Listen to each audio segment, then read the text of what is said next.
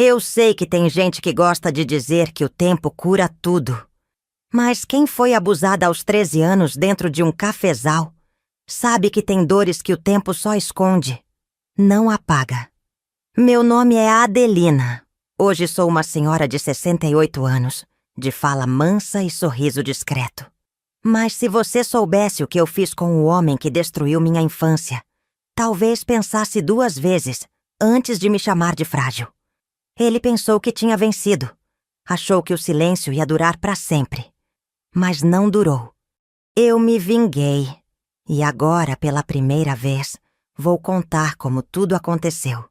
Mas antes da gente continuar essa história, me conta uma coisa. De onde é que você está assistindo? Comenta aí embaixo porque eu adoro saber até onde minha voz está chegando. E se esse início já te prendeu de algum jeito, já deixa o like agora porque isso ajuda demais a continuar trazendo histórias como essa.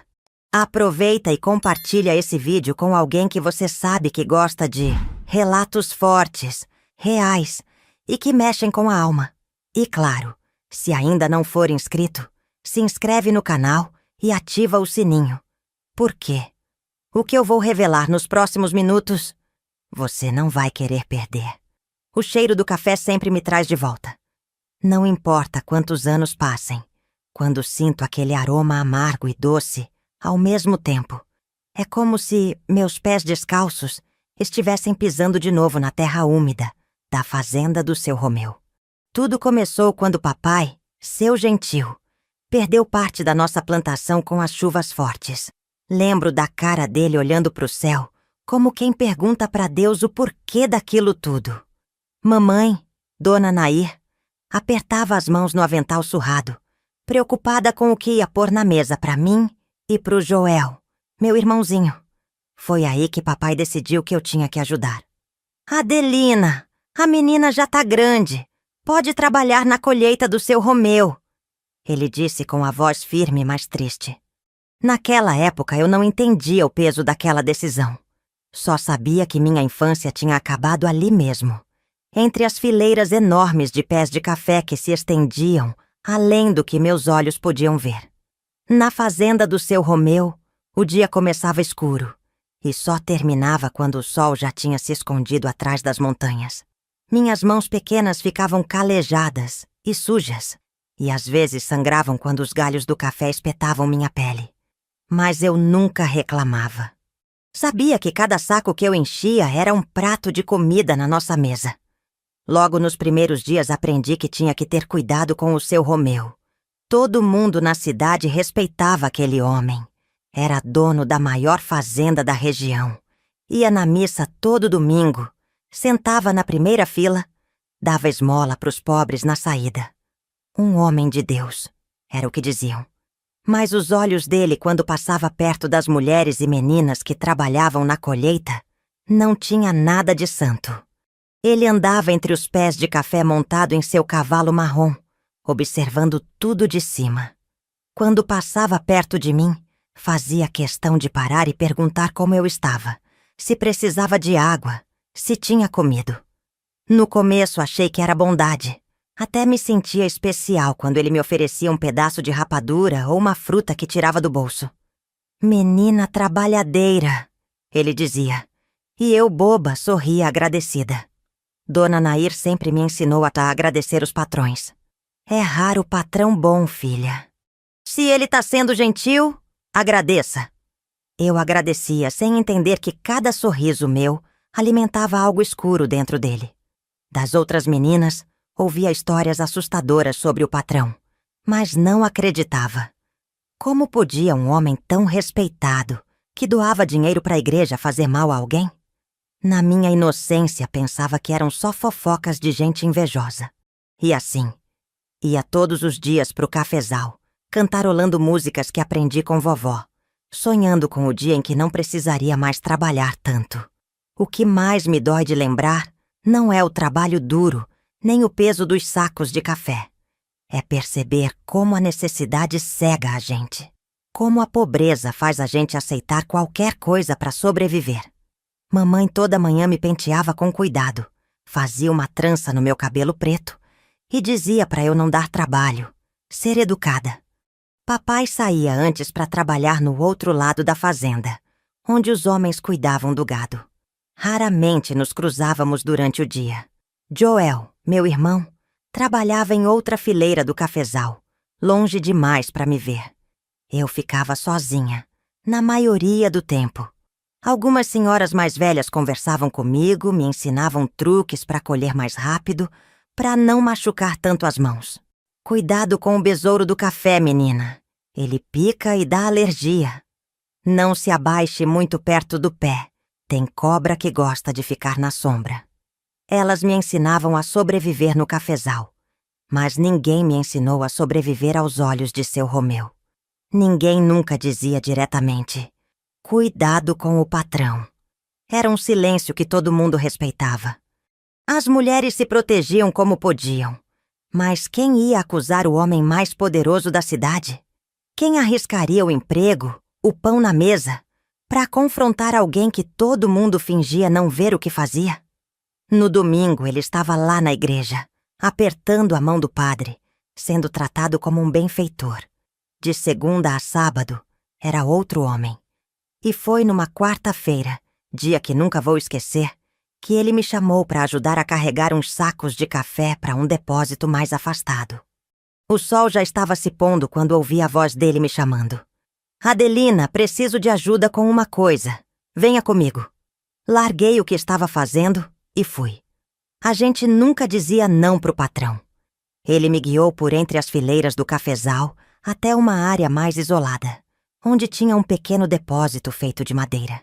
Pensei que ia carregar alguma coisa pesada, mas quando entramos, não tinha nada lá dentro, além de alguns sacos vazios no chão. Ele fechou a porta atrás de nós. O cheiro de café verde era forte, misturado com o cheiro de mofo da madeira úmida. Você é uma menina muito especial, sabia? Ele disse, passando a mão no meu rosto. Eu gelei. Aquele toque não era como o de papai ou de mamãe. Tinha algo errado, mas eu não sabia o quê.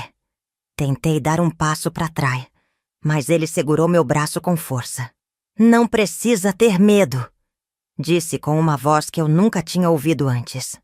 O que aconteceu depois, por muito tempo, tentei esquecer. Minha mente de menina não entendia direito. Só sabia que estava errado, que doía, que eu queria gritar, mas nenhum som saía. Quando acabou, ele ajeitou a roupa, me deu um pedaço de doce e disse para não contar para ninguém, que era nosso segredo. Se você contar, sua família vai perder o emprego. E quem vai acreditar numa menina contra mim? Voltei para casa naquele dia sentindo que algo dentro de mim tinha morrido.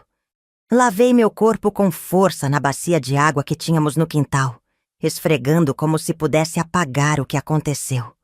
Mas algumas marcas, a água não lava. Foi assim que aprendi a me calar, a engolir o choro, a fingir que nada tinha acontecido. Foi ali, aos 13 anos, que entendi que o mundo era um lugar muito mais cruel do que eu imaginava. Não contei pra ninguém o que aconteceu naquele depósito. Como poderia? As palavras pareciam pedras presas na minha garganta. Na manhã seguinte, acordei antes do sol nascer e fiquei olhando pro teto de sapê da nossa casinha, escutando o canto dos passarinhos lá fora, como se fosse o som mais estranho do mundo. Mamãe entrou no quarto. Me chamou para levantar como fazia todos os dias, mas notou algo diferente. Filha, tá doente?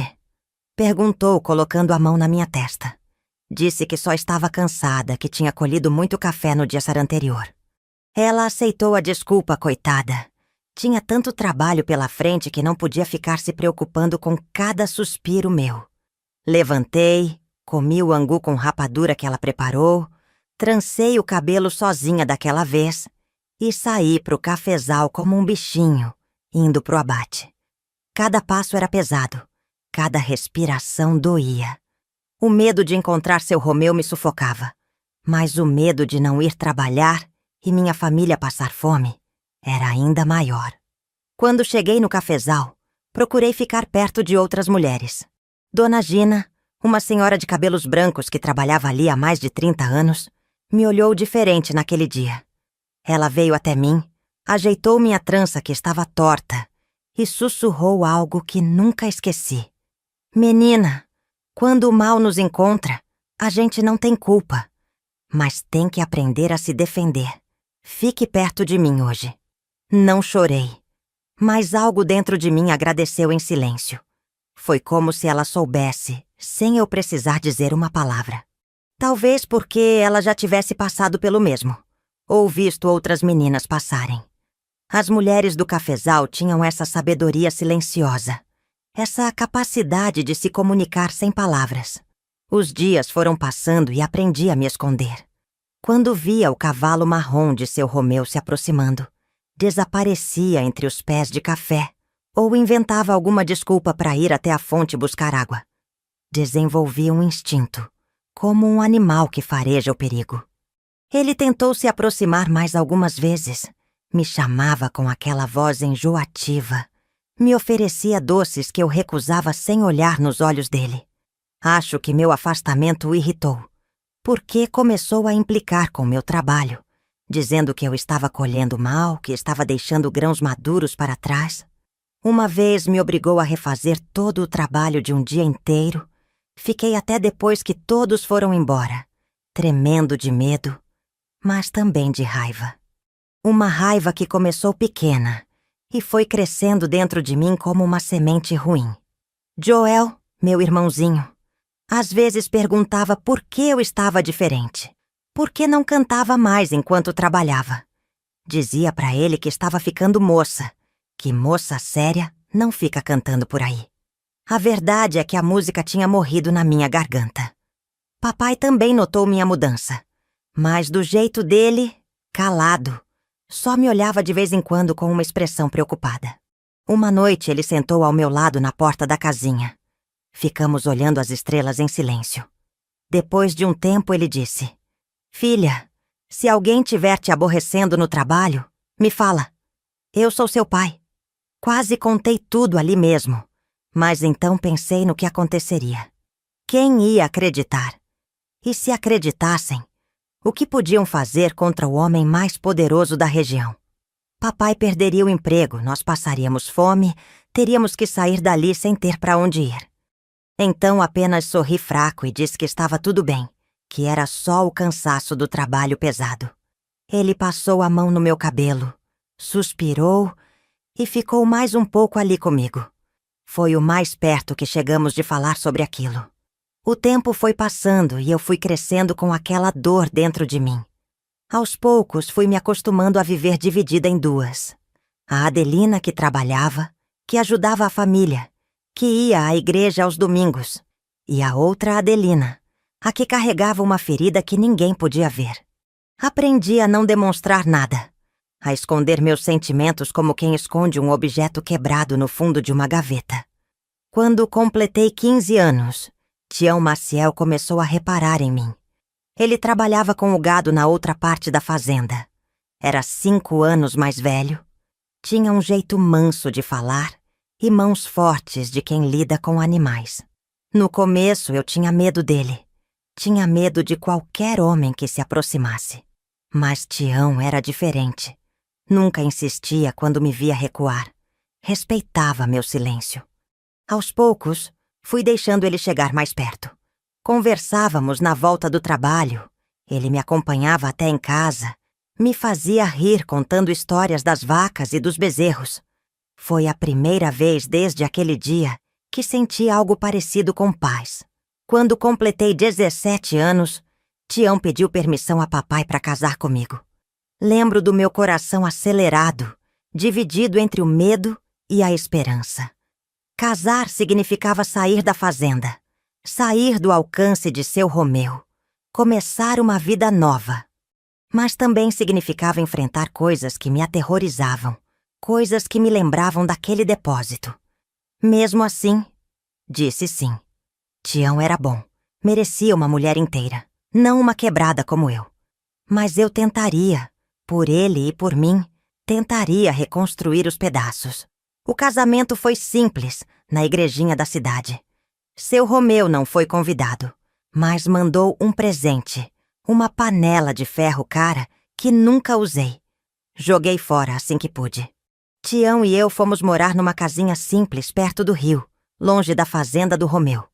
Ele conseguiu trabalho numa fazenda vizinha, e eu cuidava da casa e da pequena horta que plantamos nos fundos. Pela primeira vez em anos, não precisava mais ir pro cafezal. Nunca contei pra Tião o que aconteceu comigo. Tentei muitas vezes, mas as palavras não saíam. Ele era um homem bom, mas simples.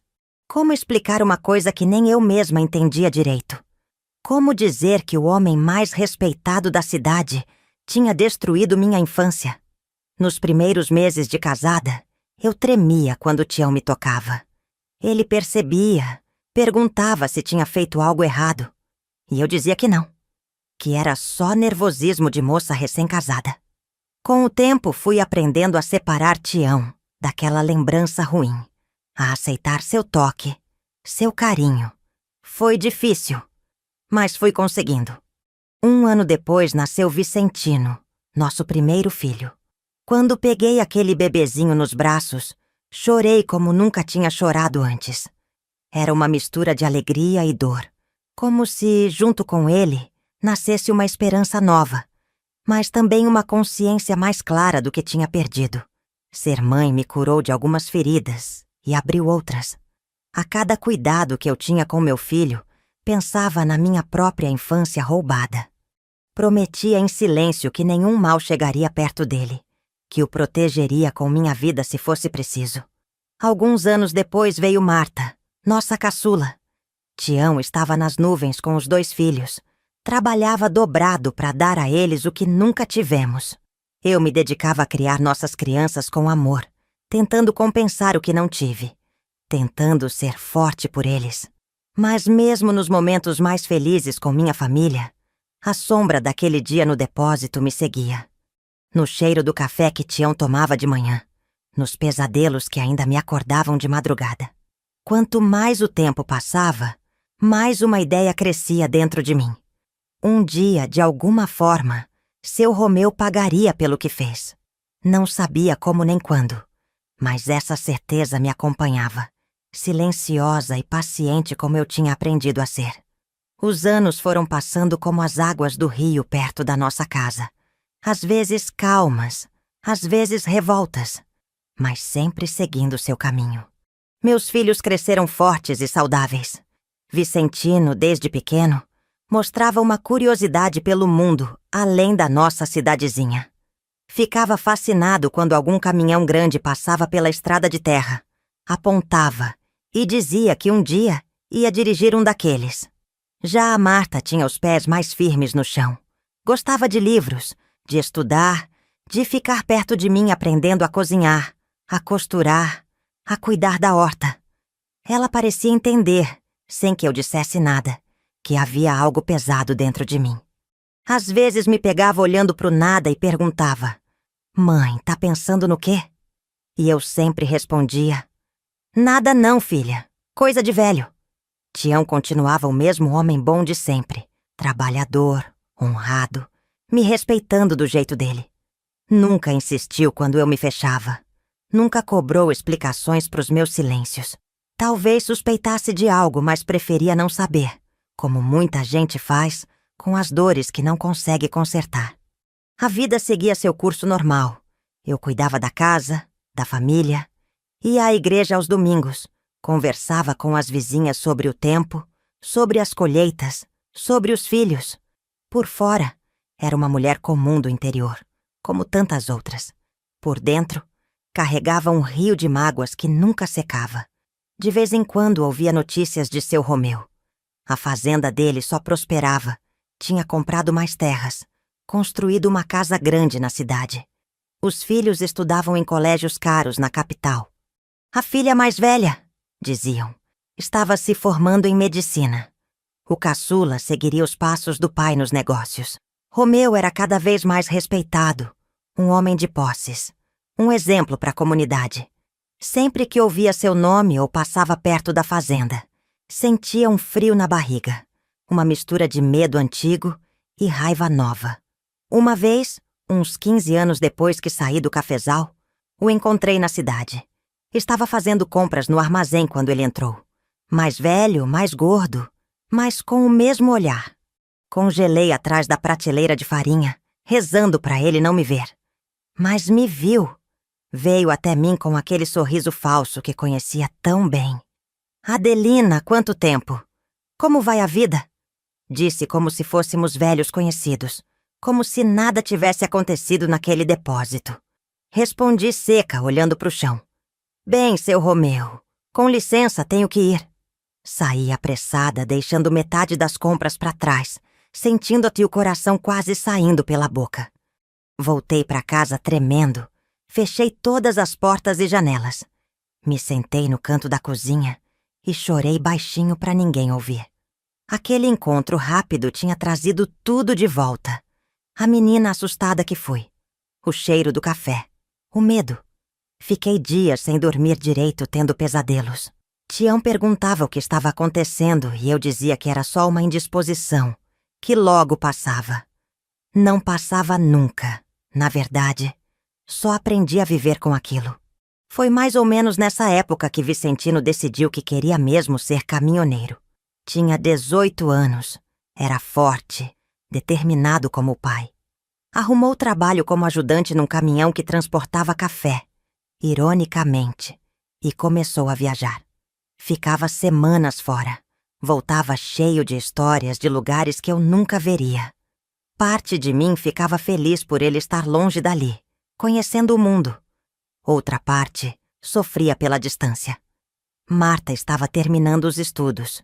Queria ser professora. Era inteligente, estudiosa. Todos diziam que tinha futuro. Eu e Tião fazíamos de tudo para apoiar os sonhos dos nossos filhos. Queríamos que tivessem oportunidades que não tivemos, que fossem felizes, que não precisassem ter medo. Os anos 80 chegaram trazendo mudanças para todo mundo, até para o nosso canto esquecido do país. A cidade cresceu um pouco, ganhou uma agência bancária, um posto de saúde novo. Carlos já era caminhoneiro profissional, tinha seu próprio caminhão, viajava pelo Brasil inteiro. Aparecia em casa 2, 3 vezes por ano, sempre com presentes caros que faziam os olhos de Tião brilhar de orgulho. Marta se formou professora.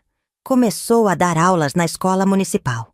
Casou com um rapaz da cidade vizinha, mas decidiu continuar morando perto de nós.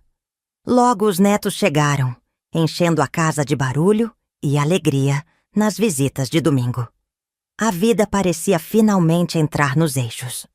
Eu já estava com quase 50 anos, Tião com 55, pensando em se aposentar. Foi quando ele começou a reclamar de dores no peito. No começo não demos muita importância, achamos que era do trabalho pesado, da idade chegando. Mas as dores aumentaram. Quando finalmente o levamos para o hospital na cidade grande, o médico disse que o coração dele estava fraco, que precisaria de cuidados. Voltamos para casa com uma sacola de remédios e recomendações. Tião, teimoso como sempre, não queria parar de trabalhar. Dizia que homem que não trabalha não é homem. Tentei convencê-lo a descansar mais, a se cuidar, mas ele não me ouvia. 6 meses depois, numa tarde quente de janeiro, Tião caiu no quintal enquanto consertava a cerca. Quando cheguei perto, ele já tinha partido. Assim, sem aviso, sem despedida. O velório foi na sala da nossa casa, como era costume. Vicentino veio às pressas de São Paulo, Marta ficou comigo o tempo todo, segurando minha mão. Os vizinhos trouxeram comida, café, palavras de conforto. Entre os que vieram apresentar condolências estava ele, seu Romeu. Mais velho, usando bengala, mas ainda com aquele ar de poder. Entrou na minha casa como se tivesse direito, apertou minha mão, disse palavras vazias sobre Tião ser um bom homem. Tive que engolir o ódio que subiu pela garganta, agradecer educadamente, como mamãe me ensinou. Mas naquele momento, olhando para ele, algo mudou dentro de mim. A raiva, que sempre foi um fogo baixo, se transformou numa certeza fria. Um dia eu teria minha vingança. Os anos que se seguiram foram de adaptação à vida sem Tião. No começo foi difícil. A casa parecia grande demais, silenciosa demais. Marta vinha me visitar todos os dias. Insistia para eu ir morar com ela e o marido. Mas eu recusava. Aquela casa tinha sido construída com o suor do meu marido. Era onde criamos nossos filhos, onde vivemos nossas alegrias e tristezas. Não ia abandoná-la. Aos poucos fui me acostumando à solidão. Tinha minhas plantas, minhas galinhas no quintal, meu crochê nas tardes quentes. As vizinhas passavam para um café, para uma conversa. Vicentino aparecia quando podia, sempre preocupado comigo, querendo me levar para São Paulo. Eu ria e dizia: filho, o que ia fazer uma velha do mato numa cidade grande dessas? Deixa eu aqui com minhas coisas. É o meu lugar. O tempo foi passando. Meus cabelos ficaram completamente brancos. Rugas marcaram meu rosto. Minhas mãos ficaram manchadas e tortas do reumatismo. Mas por dentro, continuava a mesma Adelina, carregando o mesmo segredo, a mesma dor. De vez em quando tinha notícias de seu Romeu. Soube que a filha dele, Gilda, tinha se formado médica e voltado para a cidade. O filho caçula administrava a fazenda, mas morava na capital e aparecia pouco. O velho Romeu estava com problemas de saúde, diziam. Tinha tido um derrame, não andava mais direito. Dependia de cuidadores. Uma parte de mim sentia uma satisfação amarga em saber do sofrimento dele. Outra parte achava que não era suficiente, que mereceria mais. Os anos foram passando, e eu já estava com 68 anos quando o destino resolveu colocar Romeu de novo no meu caminho. Foi numa manhã de terça-feira. Tinha ido ao posto de saúde buscar meus remédios para pressão. Estava na fila da farmácia quando o vi. Sentado numa cadeira de rodas, magro, abatido, com o olhar perdido. Quase não o reconheci. O homem poderoso que me aterrorizava agora não passava de um velho doente e frágil. Nossos olhos se encontraram por um instante. Não sei se me reconheceu. Fiquei ali, paralisada, sentindo o coração disparar como naquele dia distante. Uma enfermeira se aproximou dele, arrumou uma manta em suas pernas, disse algo que não ouvi. Foi quando percebi que ele estava sozinho, sem família por perto, dependendo de estranhos para cuidar dele. E naquele momento, um plano começou a se formar na minha cabeça. Um plano que tinha esperado mais de 50 anos para nascer. Fiquei parada ali na fila da farmácia do posto de saúde, segurando minha receita amarelada nas mãos trêmulas, olhando para aquele homem na cadeira de rodas como quem vê uma assombração. Seu Romeu, o homem que destruiu minha infância, que roubou minha inocência, agora reduzido a um velho doente numa cadeira de rodas. O tempo é mesmo um bicho esquisito, desses que mudam de forma quando a gente menos espera. 55 anos tinham se passado desde aquele dia no depósito de café. E ali estávamos nós dois. Eu com meus 68 anos de dores caladas. Ele com seus quase 90, dependendo dos outros para tudo. Alguma coisa dentro de mim se retorceu. Uma mistura de raiva antiga e uma vontade estranha de rir. Não era assim que eu imaginava minha vingança todos esses anos. Na minha cabeça sempre pensei em confrontá-lo, em gritar na frente de todo mundo o que ele tinha feito, em ver o desespero nos olhos dele quando todos soubessem a verdade sobre o homem respeitável que fingiu ser a vida inteira. Mas olhando para ele agora, frágil, confuso, que sentido faria? Quem acreditaria numa velha contando uma história de mais de meio século atrás? E mesmo que acreditassem, que diferença faria para ele, que já parecia estar com um pé no outro mundo? A enfermeira chamou meu nome, me entregou a caixinha de remédio para pressão e eu saí dali com as pernas bambas, sem saber direito o que pensar ou sentir. No caminho para casa, andando devagar por causa do joelho que já não é o mesmo, não conseguia tirar da cabeça a imagem daquele homem na cadeira de rodas. Foi quando uma ideia começou a nascer, pequena e venenosa como uma semente ruim. Se o mundo não me deu justiça, talvez fosse hora de eu mesma fazê-la, do meu jeito. Cheguei em casa, coloquei água para ferver Me sentei na cadeira da cozinha e comecei a planejar o que faria a seguir. No dia seguinte, voltei ao posto de saúde. Estava usando o meu melhor vestido que Marta me deu no aniversário. Tinha passado um batom clarinho e prendido o cabelo num coque arrumado. Sentei numa cadeira perto da recepção, fingindo esperar consulta, e fiquei observando o movimento. Depois de quase 1 hora, vi quando ela chegou. Uma mulher elegante de uns 50 anos, cabelo curto, bem cortado, roupas caras.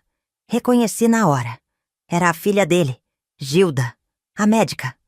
Ela conversou um pouco com as enfermeiras, assinou alguns papéis e logo saiu, apressada como gente da cidade grande sempre é. Uma das enfermeiras, mocinha nova que eu conhecia de vista por ser filha de uma vizinha, veio me perguntar se eu precisava de alguma coisa. Foi quando tomei coragem. Moça, soube que seu Romeu tá internado aqui. Conheci ele há muitos anos quando trabalhei na fazenda dele. Queria dar um alô, se for possível. Ela sorriu, simpática. Dona Adelina, ele não tá internado, não. Vem todo dia fazer fisioterapia por causa do derrame que teve. A filha dele acabou de trazer. Daqui a pouco vem buscar. Se a senhora quiser, pode dar uma passadinha na sala 3, lá no fundo. Agradeci e caminhei lentamente até a tal sala. Meu coração batia tão forte que parecia que ia sair pela boca. Parei na porta e respirei fundo antes de entrar. Lá estava ele, deitado numa maca, enquanto uma fisioterapeuta jovem movimentava seu braço esquerdo com cuidado. Seu olhar estava perdido no teto, como se não estivesse realmente ali. Me aproximei devagar, pigarreei de leve. A fisioterapeuta me olhou sorridente. Pois não, senhora. Sou uma velha conhecida de seu Romeu, disse tentando manter a voz firme. Trabalhei na fazenda dele há muitos anos. Soube que ele estava doente, vim dar um alô. Ela pareceu aliviada ao me ver. O senhor Romeu gosta de visitas, não é, seu Romeu? Estamos quase terminando aqui. Pode esperar ali na cadeira se quiser.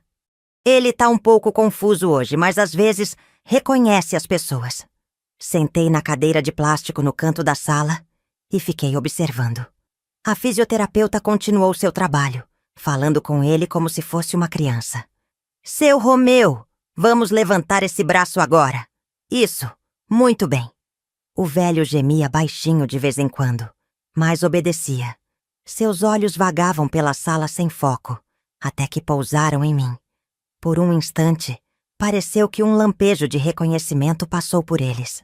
Ficou me olhando, a testa franzida como se tentasse lembrar. Um arrepio subiu pela minha espinha. Será que ia me reconhecer depois de tantos anos? A fisioterapeuta terminou os exercícios, anotou algo numa prancheta e disse que ia buscar a cadeira de rodas. Saiu da sala nos deixando sozinhos. Foi quando ele falou, a voz fraca e arrastada. Te conheço? Perguntou, ainda me olhando com aquela expressão confusa. Sim, seu Romeu, respondi, me aproximando da maca. Trabalhei na sua fazenda. Colhia café quando era menina. O nome dele na minha boca tinha gosto de ferro. Ele continuou me olhando, tentando juntar os pedaços de uma memória quebrada. Café, murmurou, como se a palavra tivesse algum significado especial. Era bom o café da fazenda, não era? Engoli seco, controlando as emoções que subiam como uma onda. O senhor não mudou muito, menti. Continua o mesmo homem de respeito de sempre. Ele sorriu, um sorriso infantil, sem maldade. O velho Romeu Batista que eu conheci, o monstro dos meus pesadelos, parecia ter desaparecido, deixando no lugar essa casca vazia. Parte de mim se decepcionou. Eu queria que ele soubesse quem eu era. Queria ver o medo nos olhos dele. Mas outra parte começou a entender que essa poderia ser uma vingança ainda mais doce. Ele estava completamente vulnerável agora, dependente, confuso, como eu estive um dia, nas mãos dele. A fisioterapeuta voltou com a cadeira de rodas e a filha dele logo atrás. Gilda me olhou com curiosidade enquanto a profissional ajudava seu pai a se sentar na cadeira. Bom dia! disse ela com a polidez estudada de quem não está realmente interessada. A senhora conhece meu pai? Me levantei, ajeitei o vestido e sorri da forma mais sincera que consegui. Bom dia, doutora. Sou Adelina Barbosa. Trabalhei na fazenda do seu pai quando era menina. Soube que ele estava doente e vim ver como estava. Notei como seus olhos me examinaram rapidamente, provavelmente tentando lembrar se já tinha me visto antes ou se eu era importante. Depois sorriu, aquele sorriso educado que aprendi a reconhecer em gente rica. Muito gentil da sua parte, dona Adelina. Papai teve um derrame há 3 anos e não tem sido fácil. Apontou para o pai, que agora olhava para o nada, alheio à nossa conversa. Como pode ver, ele tem dias bons e dias ruins. Hoje não está muito presente. Balancei a cabeça fingindo compreensão. É uma pena. Mas se a senhora precisar de ajuda, eu tenho experiência cuidando de idosos. Cuidei do meu marido até o fim.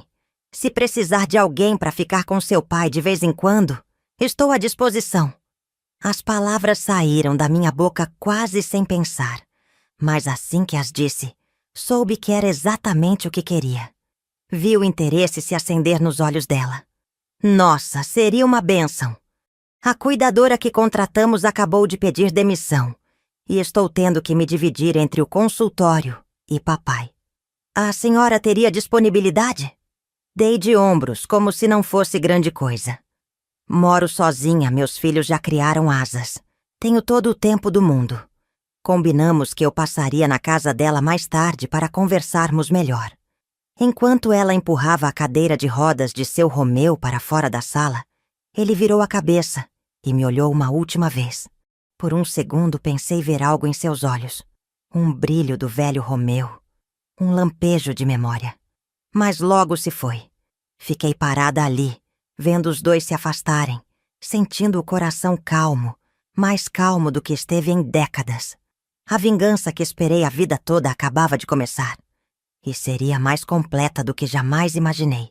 Foi assim que comecei a cuidar do homem que destruiu minha infância, com uma calma que nem eu mesma sabia que tinha dentro de mim. No começo ia só 3 vezes por semana à casa grande de Romeu, que ficava num bairro nobre da cidade. Gilda me contratou por indicação, sem muitas perguntas, aliviada por encontrar alguém que pudesse ficar com o pai enquanto ela trabalhava no hospital. Seu Romeu era um fardo pesado para ela. Isso estava na cara. Cada vez que ela voltava do trabalho e me via sentada na sala com ele, já alimentado e medicado, seus olhos brilhavam de gratidão. Dona Adelina, a senhora caiu do céu, dizia ela enquanto me pagava no final da semana.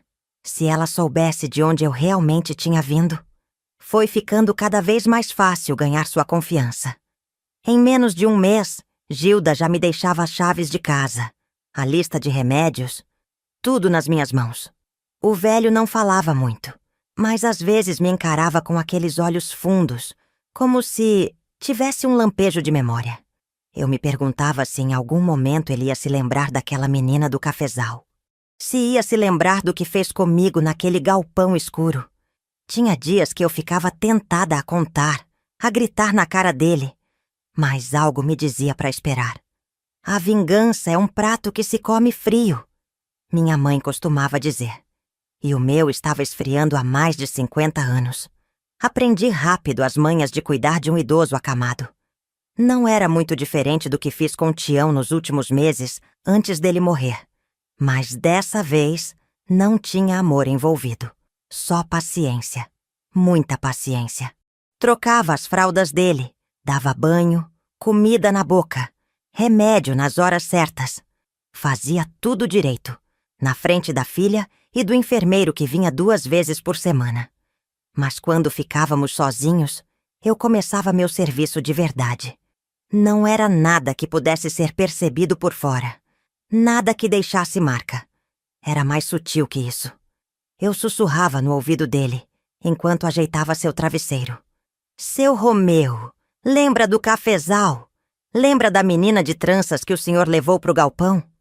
Ele arregalava os olhos, respirava mais rápido, mas não conseguia falar direito por causa do derrame. Eu sorria e continuava o serviço, como se não tivesse dito nada. No começo, achei que não estava fazendo efeito, mas logo comecei a notar que ele tinha medo de ficar sozinho comigo. Quando ouvia meus passos no corredor, se agitava na cama. Com o passar das semanas, fui ganhando mais espaço naquela casa e na rotina de cuidados dele.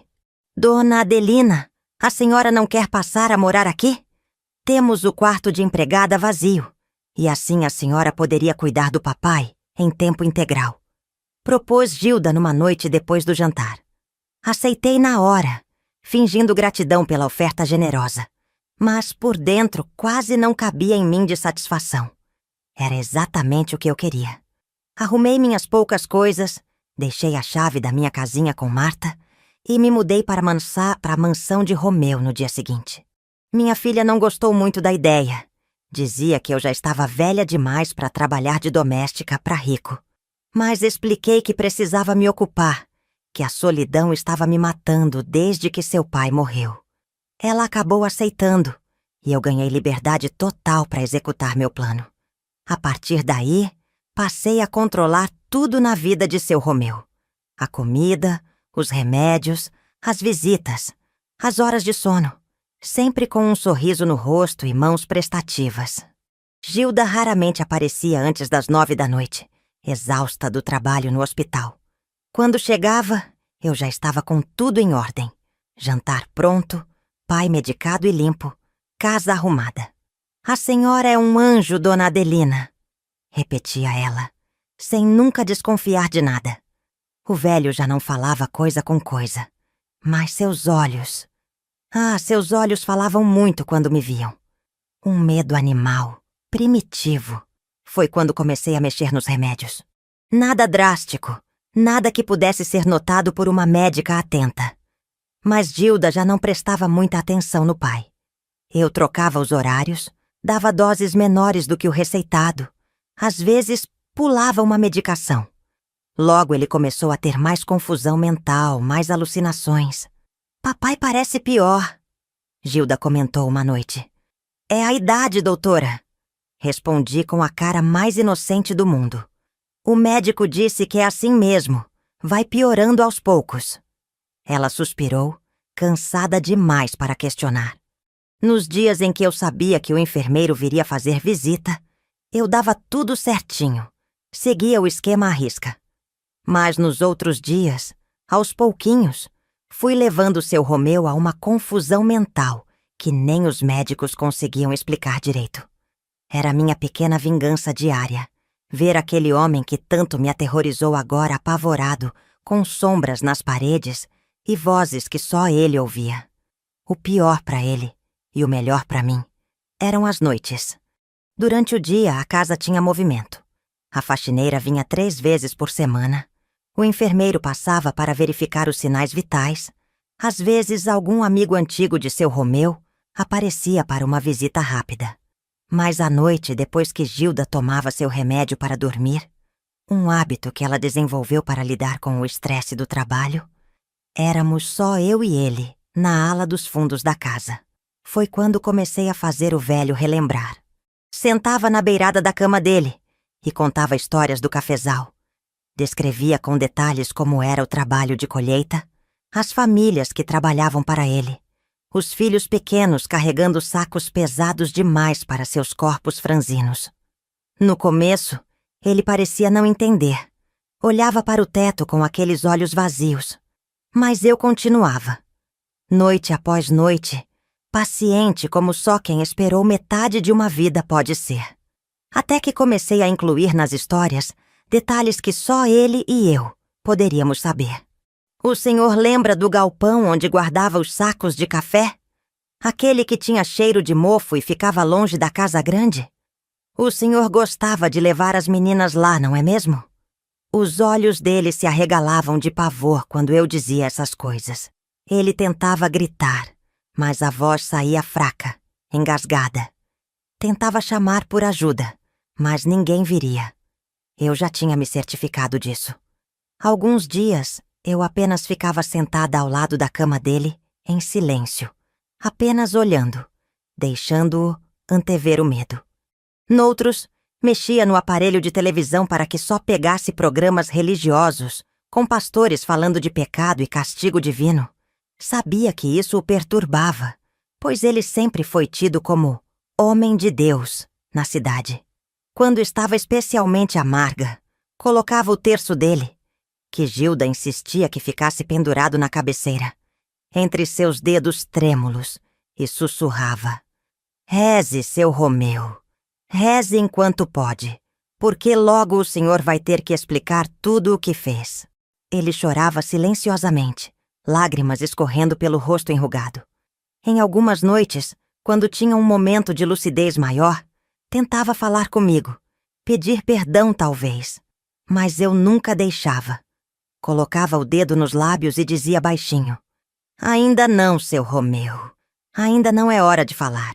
É hora de sentir medo como eu senti." Depois daquela noite de temporal, as coisas começaram a mudar.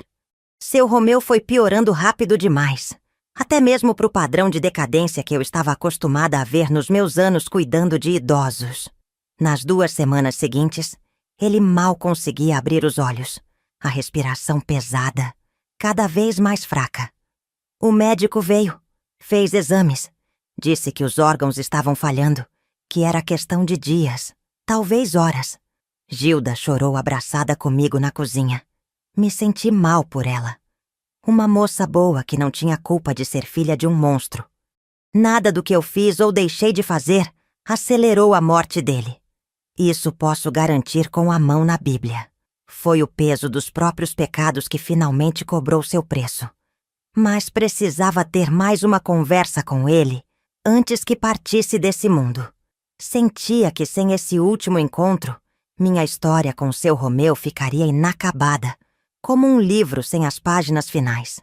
O médico deixou morfina para quando a dor ficasse insuportável, junto com várias recomendações para Gilda. Apesar do trabalho no hospital, ela conseguiu uma licença de 3 dias para ficar com o pai. Vi que seria difícil ter meu momento a sós com ele.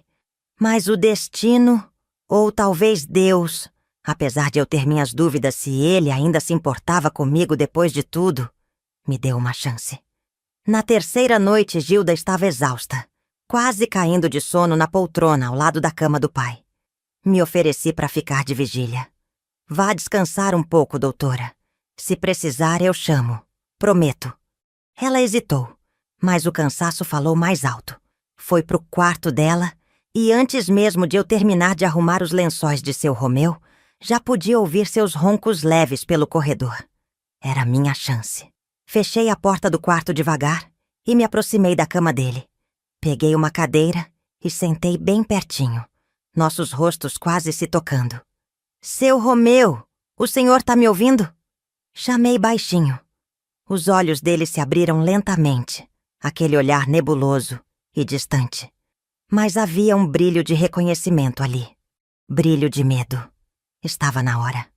Ajeitei o travesseiro dele para que pudesse me ver melhor e comecei a falar, a voz calma, quase carinhosa, como se estivesse contando uma história de ninar para uma criança. "Seu Romeu, essa vai ser nossa última conversa. O senhor vai morrer logo, o médico já avisou. Nós 2 sabemos disso. Mas antes de ir, quero que o senhor entenda algumas coisas. Quero que leve essas palavras para o outro lado." Falei do dia exato em que tudo aconteceu. Descrevi o vestido que eu usava, as tranças que minha mãe tinha feito no meu cabelo naquela manhã, o calor que fazia e como minhas mãos estavam sujas da colheita. Lembrei como ele me chamou para o galpão dizendo que precisava de ajuda para carregar uns sacos de café. Como fechou a porta atrás de mim. O cheiro de suor e café que nunca consegui esquecer. A dor que senti. O medo, a vergonha. Contei tudo isso olhando dentro dos olhos dele, sem chorar, sem alterar a voz. Não era mais aquela menina assustada. Falei também da vida que tive depois, das noites que acordei gritando mesmo décadas depois, de como nunca consegui contar pro meu marido por que tinha tanto pavor quando ele me tocava de surpresa. Contei sobre os filhos que criei com tanto medo que passassem pelo mesmo, da vigilância constante, do susto que tomava quando algum homem olhava para minha filha por muito tempo. O Senhor não destruiu só um dia da minha vida, seu Romeu. O Senhor envenenou todos os dias que vieram depois. Ele me olhava com os olhos cheios d'água, tentando falar alguma coisa, mas só conseguia emitir sons gritando. Coloquei o dedo nos lábios dele, como tantas vezes tinha feito nos meses anteriores. Ainda não terminei. Preciso que o Senhor saiba que estou aqui há quase 1 ano. Não é por bondade. Nunca foi. Estou aqui para ver o Senhor assim, destruído, impotente. Para que soubesse como é estar à mercê de outra pessoa, sem poder reagir. O Senhor passou a vida toda sendo forte, fazendo os outros sofrerem. Agora sentiu na pele como é estar do outro lado. Vi as lágrimas escorrendo pelo rosto enrugado dele. Senti uma mistura estranha de emoções. Satisfação por vê-lo entender finalmente o que tinha feito. Uma pontada de pena daquele velho decrépito chorando. Mas, principalmente, um imenso cansaço. 55 anos de raiva pesam muito. E de repente parecia que todo esse peso estava saindo de mim, como água escorrendo de um balde furado. Não sei se o senhor acredita em Deus, seu Romeu. O senhor sempre foi de ir na missa, rezar o terço, bancar as festas da igreja. Mas eu duvido que tenha fé de verdade. Um homem de fé não faria o que o senhor fez. Eu mesma já não sei se acredito. Mas se existir mesmo um juízo final como os padres falam, o senhor vai ter que explicar muita coisa. E não vai ser só por mim, não. O senhor sabe disso, né? Eu fui só uma das meninas. Seu corpo frágil estremeceu com um soluço. Tentou levantar a mão trêmula, como se quisesse me tocar, se desculpar ou talvez só sentir um último contato humano antes do fim. Afastei a mão dele delicadamente. Não precisa dizer nada. Não tenho interesse nas suas desculpas. Só queria que o senhor soubesse que não esqueci. Que ninguém esqueceu. Que o respeito que conquistou na cidade foi tudo baseado em mentira. Que o senhor vai morrer sabendo que a última pessoa a cuidar de você, a dar banho, comida, a limpar sua sujeira, foi uma das meninas que o senhor destruiu. E isso, seu Romeu, vale mais para mim do que qualquer perdão que eu pudesse dar. Me levantei devagar. Seus olhos me seguiam, implorando por algo que não entendi bem. Talvez perdão. Talvez só que eu não o deixasse sozinho na escuridão. Ajeitei o cobertor sobre seu peito magro, como uma mãe cobrindo uma criança. Dei um último olhar para aquele homem, aquele monstro dos meus pesadelos, que agora era só um velho à beira da morte. E vi que tinha acabado. Tanto ele quanto a menina que fui, um dia estavam finalmente livres, de maneiras diferentes. Saí do quarto e fui direto para a cozinha preparar um café forte. Nem era dia ainda. A madrugada estava fria e silenciosa, como só as madrugadas do interior sabem ser. Enquanto a água fervia, olhei pela janela para o céu estrelado e percebi que meu coração estava leve. Não lembrava a última vez que tinha me sentido assim. Tomei meu café olhando o horizonte quando o dia está prestes a nascer. 2 horas depois, ouvi os gritos de Gilda. Corri para o quarto, já sabendo o que encontraria. Seu Romeu tinha partido durante aquelas horas quietas da madrugada. Seu corpo estava em paz, os olhos fechados, como se estivesse apenas dormindo. Gilda se jogou nos meus braços, destruída pela dor, e eu a abracei com sinceridade. Senti pena dela, que perdeu o pai sem nunca conhecer o monstro que ele realmente foi. Nos dias que se seguiram, ajudei com todos os preparativos do funeral. Lavei e vesti o corpo junto com as mulheres da funerária, mantendo no rosto aquela expressão solene que aprendi a fazer nos inúmeros velórios que já frequentei na vida. Não senti nada especial ao tocar seu corpo sem vida. Era só um velho morto, como tantos outros. O velório foi na igreja matriz, o caixão caro de madeira importada cercado de flores e de gente importante da cidade. O padre falou das qualidades do falecido, de como ele tinha sido um homem de bem, um benfeitor da comunidade, um pai amoroso. Fiquei sentada no último banco, quieta, ouvindo aquelas mentiras bonitas. De vez em quando alguém vinha apertar minha mão, agradecer pelos cuidados que dediquei ao seu Romeu nos últimos tempos. Era engraçado como ninguém se lembrava de mim dos tempos do cafezal, como se aquela menina de tranças nunca tivesse existido. Ou talvez se lembrassem, mas escolhessem não falar. Afinal, feridas antigas é melhor deixar quietas, como dizem por aqui. No fim da cerimônia, quando já baixavam o caixão na cova da família de Romeu, uma senhora de uns 90 anos, curvada sobre uma bengala, se aproximou de mim. "Lembro de você, menina. Do cafezal", disse ela com voz trêmula. "Você e minha filha colhiam juntas. Sinto muito pelo que aconteceu." Olhei para ela confusa no início, depois com uma compreensão que doeu no peito. Não foi só comigo. Nunca tinha sido só comigo. Ela apertou minha mão com seus dedos finos e nodosos, e vi em seus olhos que entendia exatamente por que eu estava ali. "Deus dá o frio conforme o cobertor", ela murmurou antes de se afastar lentamente. Fiquei parada, vendo o caixão desaparecer na terra, sentindo uma mistura de alívio e uma tristeza antiga, que nunca iria embora completamente. Era o fim de um capítulo longo e doloroso. Não havia alegria na morte dele, como imaginei que haveria por tantos anos. Só um silêncio dentro de mim, como uma ferida que parou de doer, mas deixou uma cicatriz que nunca se apagaria. Depois do enterro de seu Romeu, pensei que voltaria para minha casinha e retomaria minha vida como antes. Mas Gilda me surpreendeu. Ela apareceu na porta do quarto de empregada, onde eu já estava arrumando minhas poucas coisas, os olhos ainda vermelhos de tanto chorar.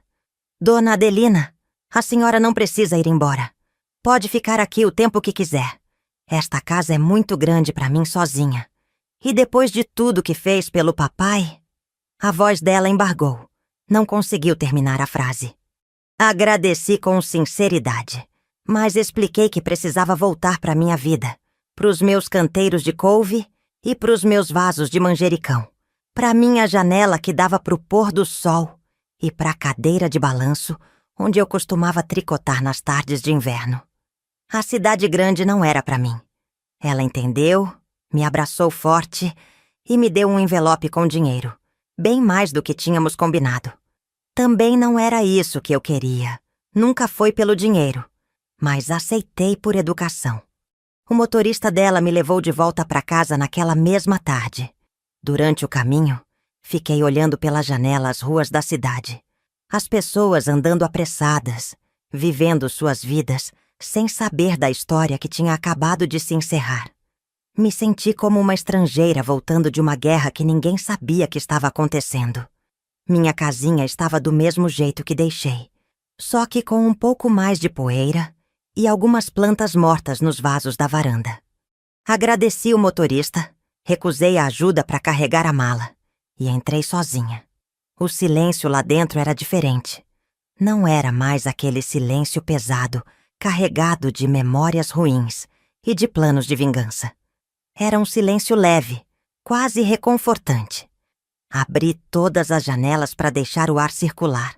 Tirei os lençóis que cobriam os móveis e me sentei na minha cadeira de balanço. 55 anos, pensei. 55 anos esperando por esse momento, imaginando como seria, e agora que tinha chegado, me sentia estranhamente vazia. Não havia aquela alegria que imaginei por tantos anos, aquela sensação de justiça feita que sonhei tantas vezes. Tinha apenas um cansaço enorme, como se tivesse carregado um peso por décadas e finalmente pudesse pousá-lo no chão. Os dias foram passando devagar depois disso. Retomei minha rotina como se nunca tivesse saído dali. Cuidava da horta, ia à missa aos domingos, mais por hábito que por fé. Recebia a visita dos netos de vez em quando. Meus filhos ligavam, perguntavam como eu estava, se precisava de alguma coisa. Vicentino, sempre preocupado com questões práticas, quis saber se o dinheiro que recebi cuidando do velho rico ia ajudar nas contas. Marta era mais sensível. Percebia que algo tinha mudado em mim, mas não sabia exatamente o que. Mãe, a senhora parece diferente, mais leve. Ainda bem que esse trabalho fez bem para a senhora. Eu apenas sorria e mudava de assunto.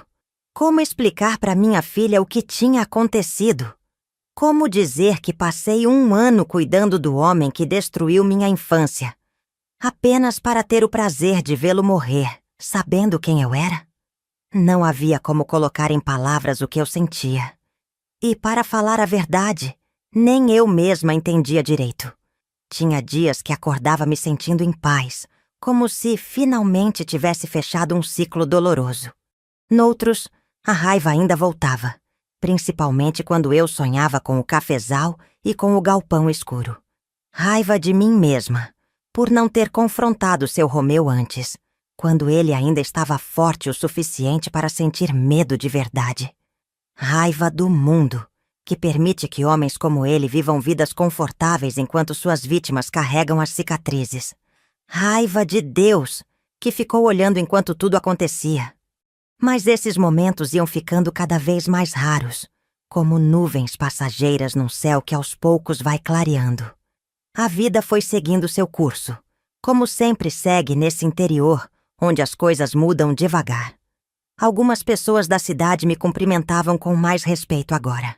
A mulher que cuidou com tanta dedicação do velho Romeu Batista.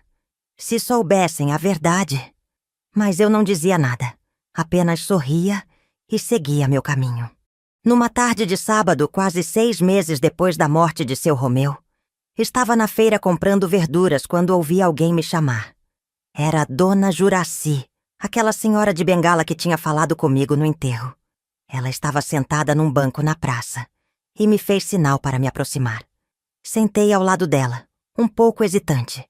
As mãos dela tremiam muito quando me ofereceu um bombom da sacolinha que carregava. Minha filha nunca mais foi a mesma depois do que aconteceu no cafezal. Ela disse sem rodeios, olhando para o movimento da praça. Morreu cedo, sabe? Nunca casou, nunca teve filhos. Tinha medo de homem, tinha medo de tudo. Engoli seco sem saber o que responder. Fiquei olhando as crianças brincando no coreto, os casais de namorados nas sombras das árvores, a vida acontecendo ao nosso redor. E a senhora? Como conseguiu seguir em frente? Ela perguntou depois de um silêncio longo. Foi a primeira vez que alguém me fazia essa pergunta diretamente, sem meias palavras ou eufemismos. Foi difícil, respondi com sinceridade. Casei com um homem bom, tive filhos, tentei levar uma vida normal, mas nunca esqueci, nunca consegui esquecer. Ela assentiu como quem já sabia a resposta. Quando soube que a senhora estava cuidando dele no fim da vida, entendi o que estava fazendo. Espero que tenha encontrado sua paz. Ficamos ali sentadas por mais algum tempo, 2 velhas com histórias parecidas, até que ela se levantou com dificuldade, apoiando-se na bengala. Me despedi dela sabendo que provavelmente não nos veríamos de novo. Ela já estava no fim da vida, a pele transparente como papel, os olhos turvos pela catarata avançada. Naquele momento, senti uma conexão estranha com ela, como se fôssemos sobreviventes de um mesmo naufrágio que se encontram décadas depois numa praia distante. Voltei para casa pensativa, carregando minhas sacolas de feira e o peso daquela conversa. Na manhã seguinte, acordei antes do sol nascer. Não conseguia mais dormir, um hábito que adquiri nos meses cuidando de seu Romeu e que não consegui perder. Coloquei água para ferver e preparei um café forte, daqueles que Tião dizia que fariam defunto levantar para dançar. Levei a xícara para a varanda e me sentei na cadeira de balanço, observando o céu mudar de cor lentamente. O cheiro do café subia em espirais de vapor, enchendo o ar ao meu redor. Por tantos anos, esse cheiro tinha sido um gatilho, me levando de volta pro cafezal, pro galpão, pra dor. Por tantos anos evitei tomar café sem açúcar, sem um gole de leite para disfarçar aquele sabor puro que me lembrava o trabalho na colheita. Mas naquela manhã, tomei meu café puro e forte, sentindo cada gole descer quente pela garganta. E pela primeira vez em muitas décadas, o sabor não trouxe dor. Era apenas café, amargo e reconfortante. Fiquei ali sentada por muito tempo, vendo o sol nascer lentamente atrás das montanhas que cercavam a cidadezinha. De alguma maneira, senti que um ciclo tinha se fechado. Minha vingança não me trouxe a satisfação que imaginei por tantos anos, mas me trouxe algo diferente, algo que não esperava. A liberdade. Liberdade do medo, da raiva, da vergonha que carreguei por toda a vida. Liberdade para finalmente olhar para trás, sem que o passado me puxasse de volta como areia movediça. Terminei meu café, coloquei a xícara vazia no parapeito da varanda e respirei fundo o ar da manhã. Tinha quase 70 anos agora. Mais da metade da minha vida foi vivida na sombra do que seu Romeu fez comigo naquele galpão escuro. Mas os anos que me restavam, fossem muitos ou poucos, seriam vividos na luz. O último gole de café desceu quente pela garganta, levando embora os últimos resquícios daquela menina assustada do cafezal.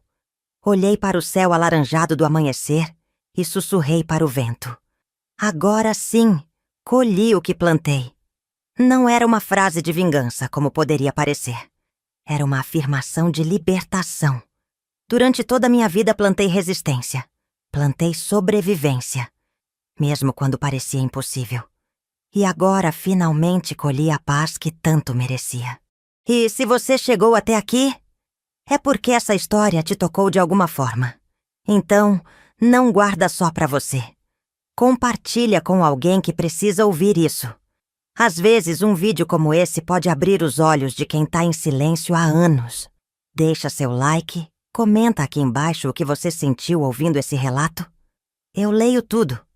E se ainda não for inscrito, se inscreve agora no canal e ativa o sininho, porque toda semana tem uma nova história real, contada com o coração, histórias que chocam, emocionam e transformam. Obrigado por me ouvir. A gente se vê no próximo vídeo.